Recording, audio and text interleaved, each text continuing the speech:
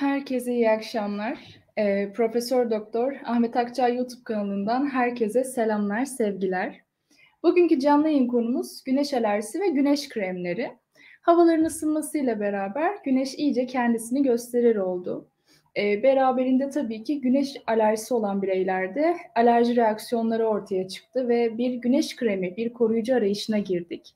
İşte tam bu noktada güneş alerjisi ve güneş kremleri konusuna dair zengin bilgi birikiminden ve değerli açıklamalarından yararlanmak adına göğüs hastalıkları çocuk alerji uzmanı Profesör Doktor Ahmet Akçay'ı yayınımıza davet ediyorum.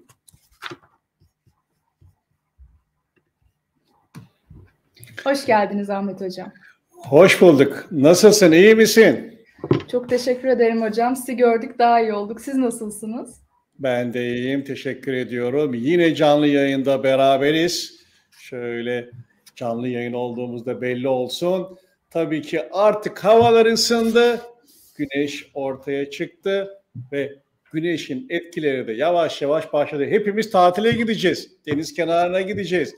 Acaba güneş alerjim var mı? Güneş alerjisi olanlar nasıl tedbir almalı? Güneş kremi nasıl kullanılmalı? Hangi güneş kremini kullanmalı? Çocuklar kullanmalı mı? Acaba 6 aylıktan küçük çocuklarla deniz kenarına gitsek güneş kremi kullansak olur mu? Bunları tabii ki bugün konuşuruz herhalde, değil mi? Evet hocam. Bugün konuşacaklarımıza isterseniz kısaca bir göz atalım genel çerçevemize. Bugün ilk olarak güneş alerjisi nedir diye başlayacağız. Daha sonrasında güneş alerjisinin belirtileri, tanısı noktasında nelerden faydalanabileceğimize bakacağız. Daha sonrasında güneş alerjisinin tedavisi var mı? Bir önlem olarak tedavi yolculuğunda neler izleyebiliriz? Bunu konuşacağız. Ardından güneş kremi seçerken nelere dikkat etmeliyiz? Ve devamında güneş kremi alerji yapar mı? Reaksiyonlarımızı tetikler mi? Bunu konuştuktan sonra alerjik bireylerde hangi güneş kremleri kullanılmalıyı konuşacağız hocam sizlerle. Soru cevap şeklinde ilerleyeceğiz. Bir sürü soru aldık. Sizin değerli, kıymetli bilgilerinizden yararlanacağız. İsterseniz ilk sorumuzdan başlayalım. Güneş alerjisi nedirle başlayalım hocam? Çok merak ediliyor. Nedir bu? Evet. Güneş alerjisi özellikle güneşe çıktıktan sonra en geç 30 dakika içinde cildimizde kaşınma, kızarma, özellikle güneş gören yerlerde olmasıyla kendini gösteren alerjik hastalığa biz güneş alerjisi diyoruz. Yani güneşe çıktık, 2 saat, 3 saat kaldık, biraz yandık, piştik, kızardık, kaşınmaya başladık. Bu değil. Güneşe çıktıktan sonra 30 dakika içinde olması gerekiyor. 30 dakikadan sonra olanlar genelde güneş yanığı ile karıştırılıyor. Bunu unutmayalım. Teşekkür ederiz hocam. Peki güneş alerjim olduğunu nasıl anlarım demiş bir izleyicimiz. Şimdi özellikle güneş alerjisinin bir mekanizmasına bakmak lazım. Güneş ışınları vücudumuza temas etmesiyle birlikte cildimizdeki mast hücrelerinden immünoglobulin E salınması, immünoglobulin E'nin aktif olmasıyla birlikte, güneş ışınlarıyla birlikte mast hücrelerinden histamin denilen maddeler salınıp özellikle ürtiker tarzında döküntüler ortaya çıkması durumunda güneş alerjisi diyoruz. Yani güneş ışının temas ettiği yerler nereler oluyor?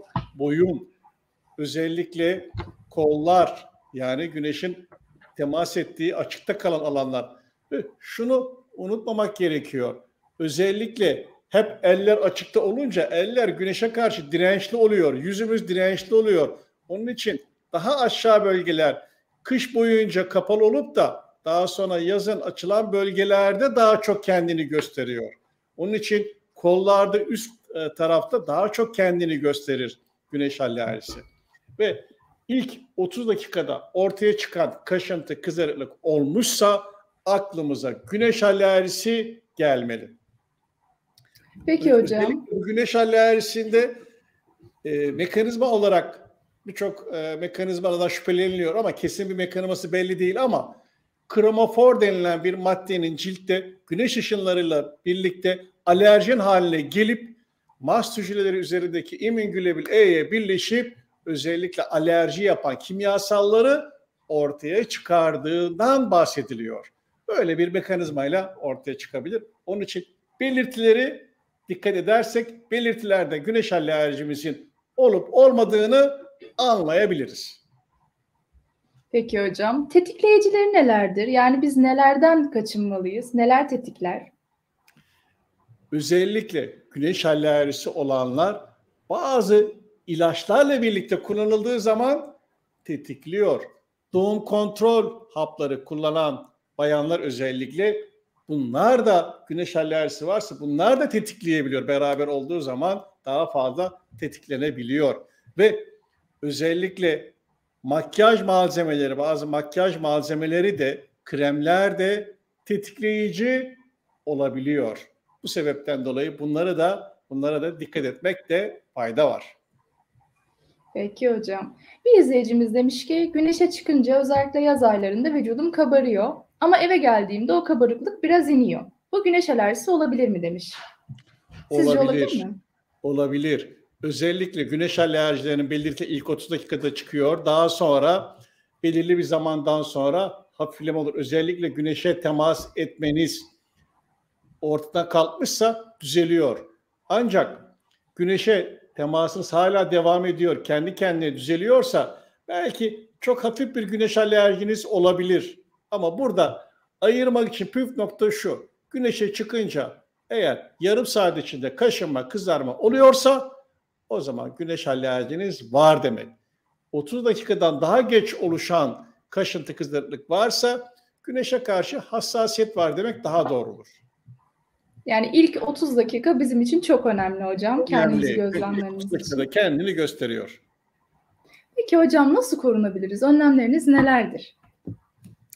Şimdi güneş alerjimiz var. Ne yapmamız lazım? Bir kere etkili bir güneş kremi kullanacağız.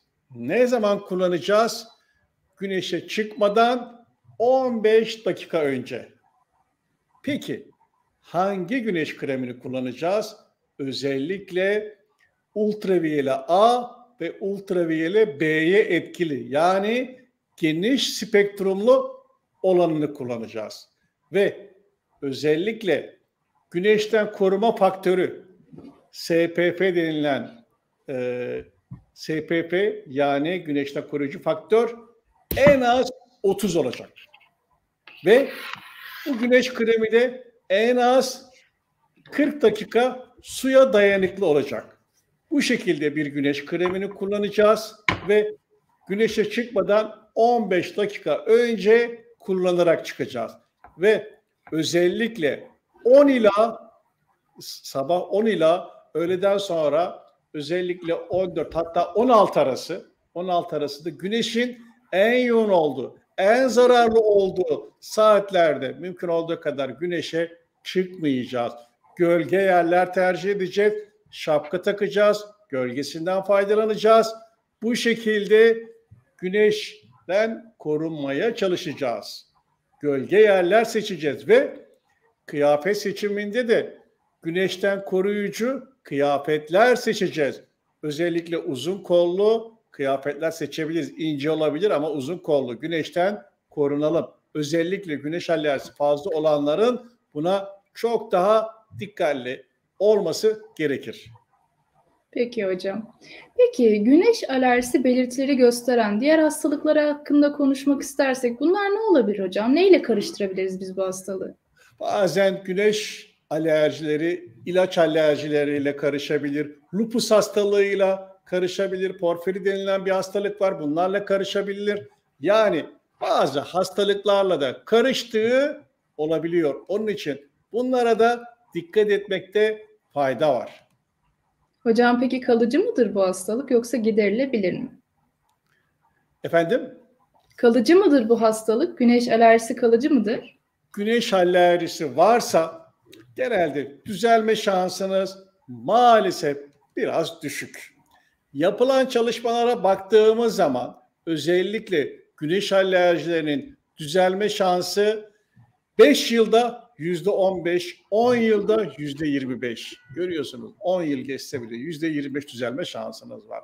Yani %75 düzelmiyor. Yani güneş alerjiniz varsa bu sizinle birlikte olma ihtimali yüksek.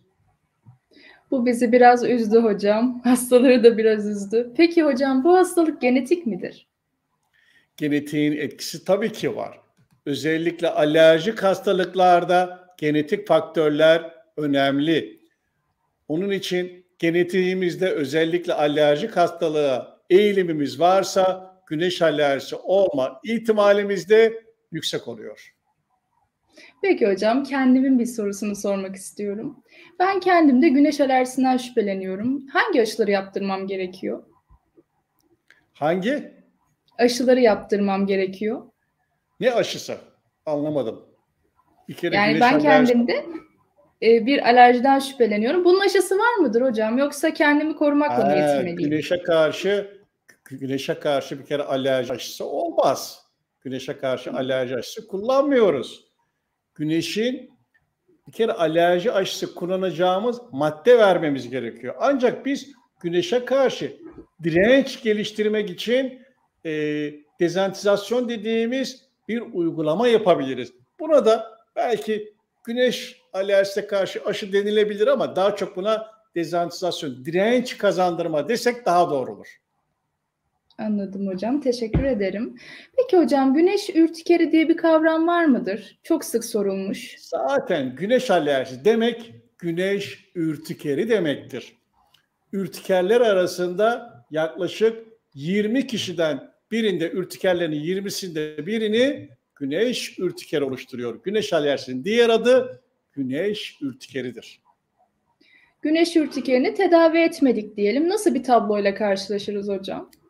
Güneş alerjisini tedavi etmezse kaşıntı bizi rahatsızlık verir. Kaşınır dururuz, kızarırız, hayat kalitemiz bozulur, uyku düzenimiz bozulur.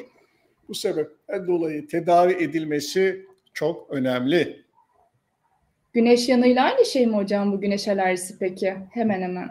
Güneş yanığı ultraviyole B ile oluyor. Güneş alerjisi hem ultraviyole A hem ultraviyole B ile oluyor.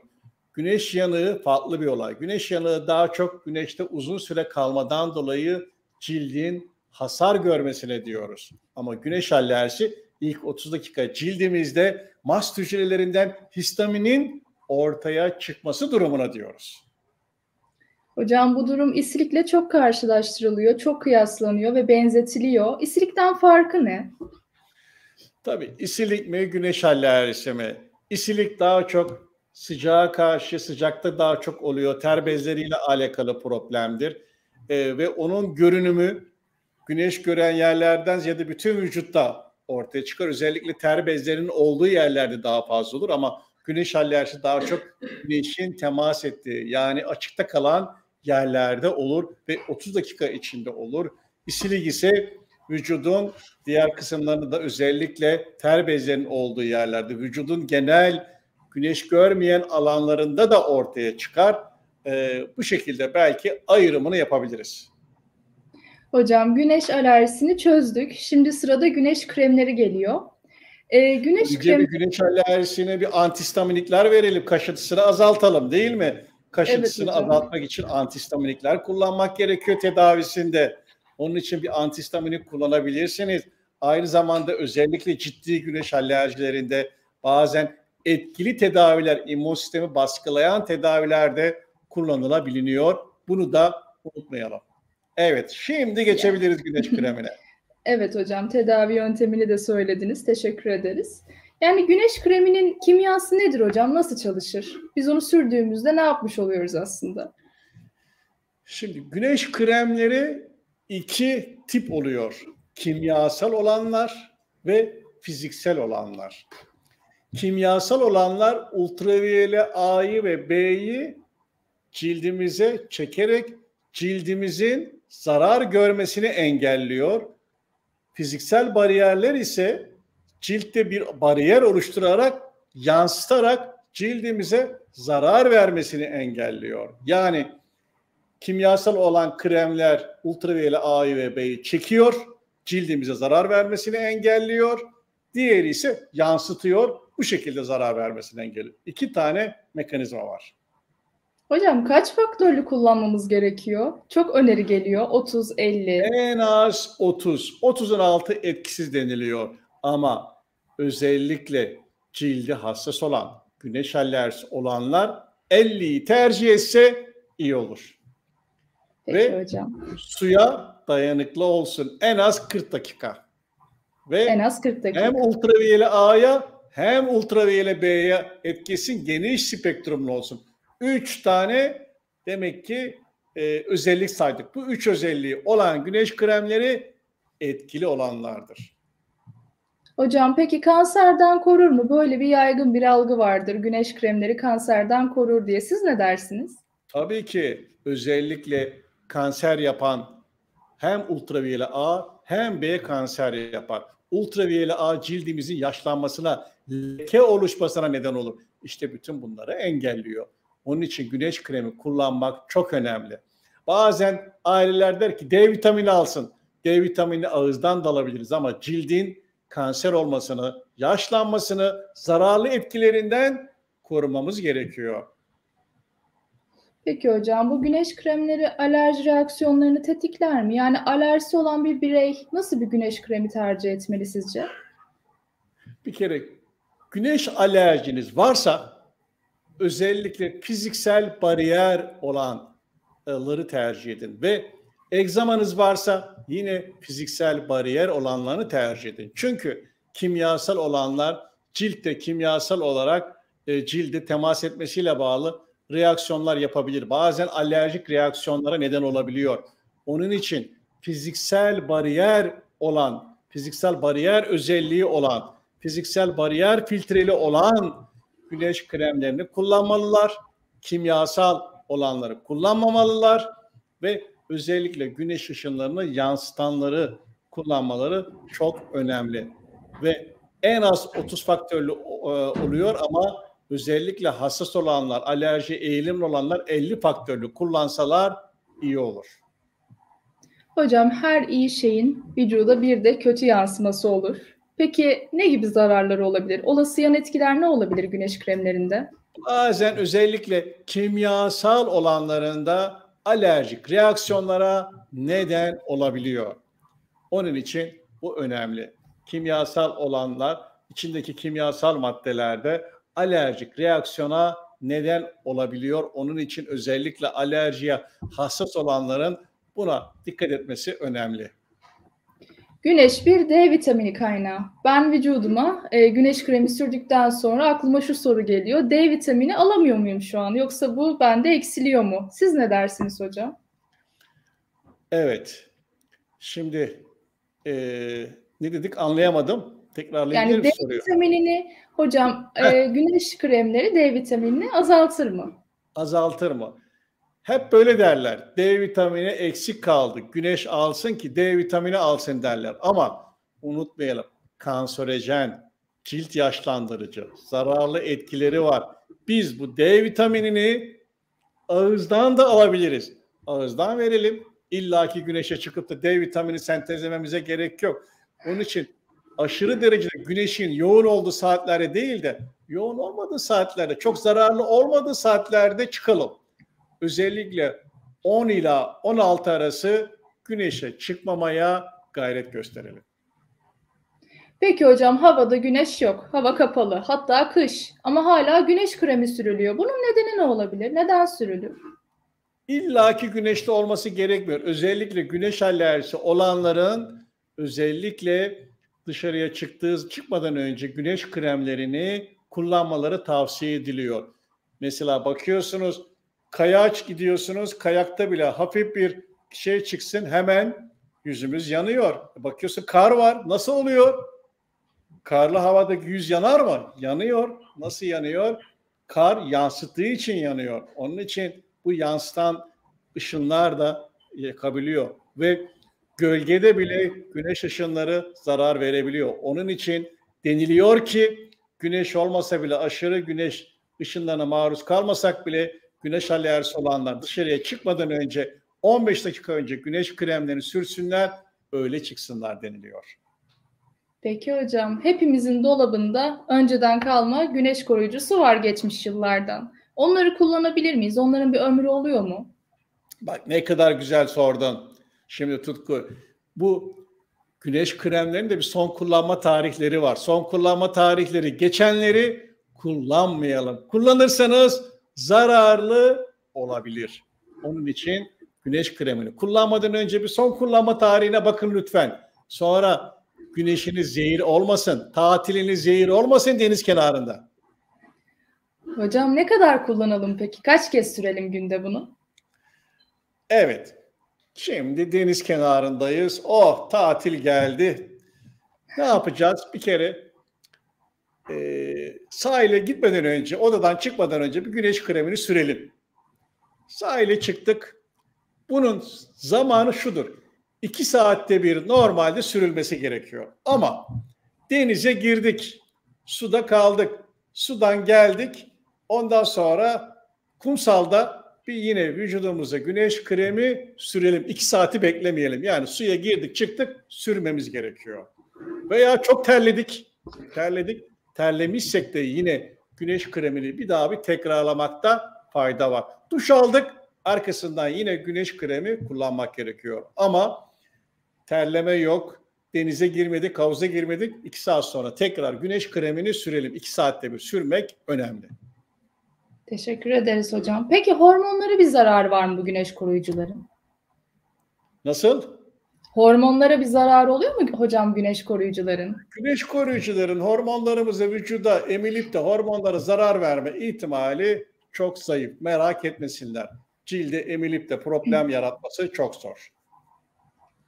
Peki hocam, özellikle hangi bölgeleri sürmeliyiz? Görünen yerlere mi sadece? Yoksa komple mi?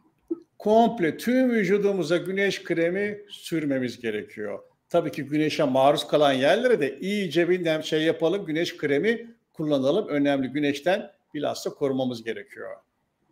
Hocam kanseri önler dedik güneş kremleri. Peki kan zehirlenmesini tetikler mi? Böyle bir durum söz konusu mudur? Ne zehirlenmesini? Kan zehirlenmesi hocam. Böyle bir soru geldi bize. Kan zehirlenmesi olabilir mi dendi? Yok, ten zehirlenmesi ile alakalı bir şey olmaz. Yani ama bu güneş kreminin içinde kimyasal maddeler alerjik reaksiyonlar yapar. Ten zehirlenmesi nasıl olacak onu anlayamadım. Kan zehirlenmesi hocam. Kan zehirlenmesi. Evet, yani çok enteresan. Böyle bir mit var. Kan zehirlenmesi yaşanır mı diye. Çok fazla sürüldüğünde. Güneş kremi kan zehirlenmesi yapmaz.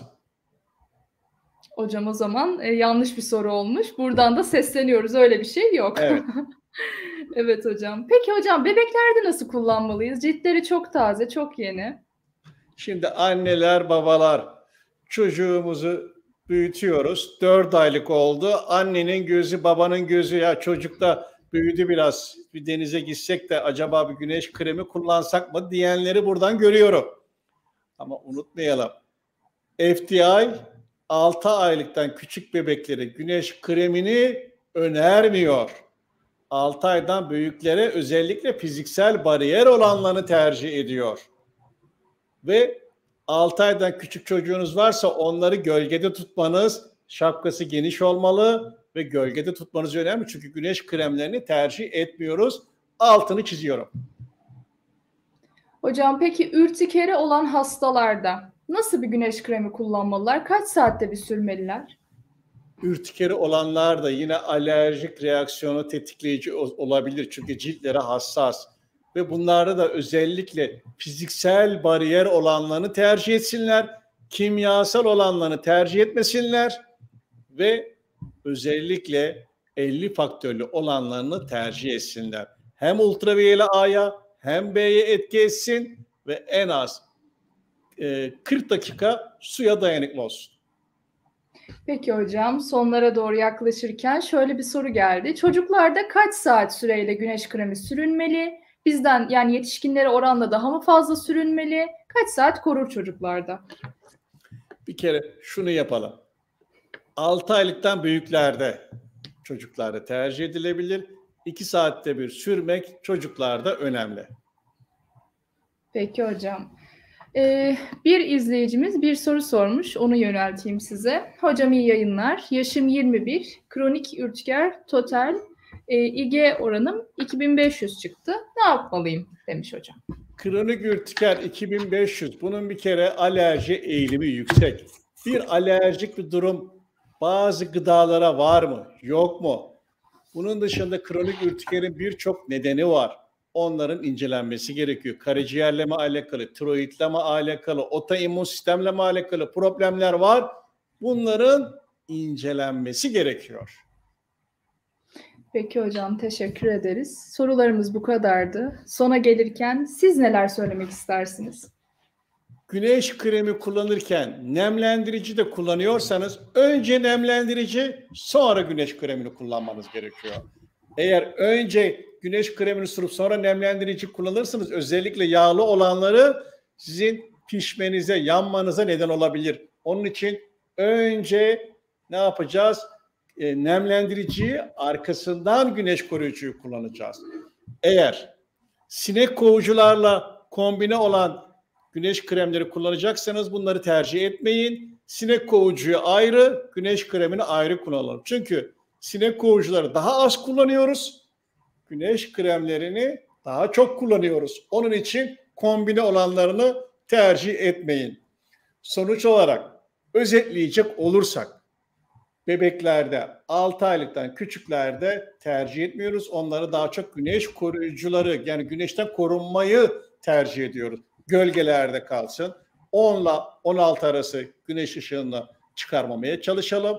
Bunlara dikkat edelim ve özellikle güneş alerjisi olanlar evden çıkmadan 15 dakika önce güneş kremini kullansınlar. Tabii hepimizin öyle kullanması gerekiyor ama özellikle güneş alerjisi olanlar buna dikkat etsinler ve güneş kremi seçiminde fiziksel bariyer olanlar özellikle alerjik olanlarda tercih edilmesi gereken güneş kremidir.